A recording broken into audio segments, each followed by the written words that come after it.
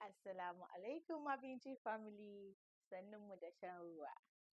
Yau Ramadan day 2 za mu yi strawberry, dates and milk smoothie.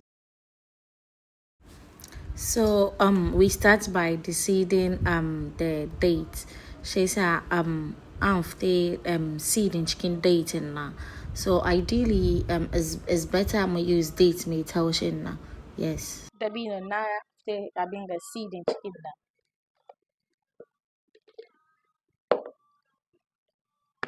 Next is strawberry now. Small kamozete.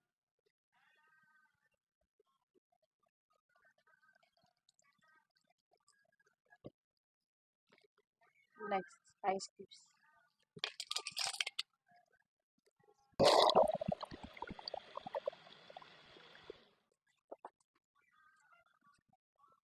So she a garnishing with a little strawberry.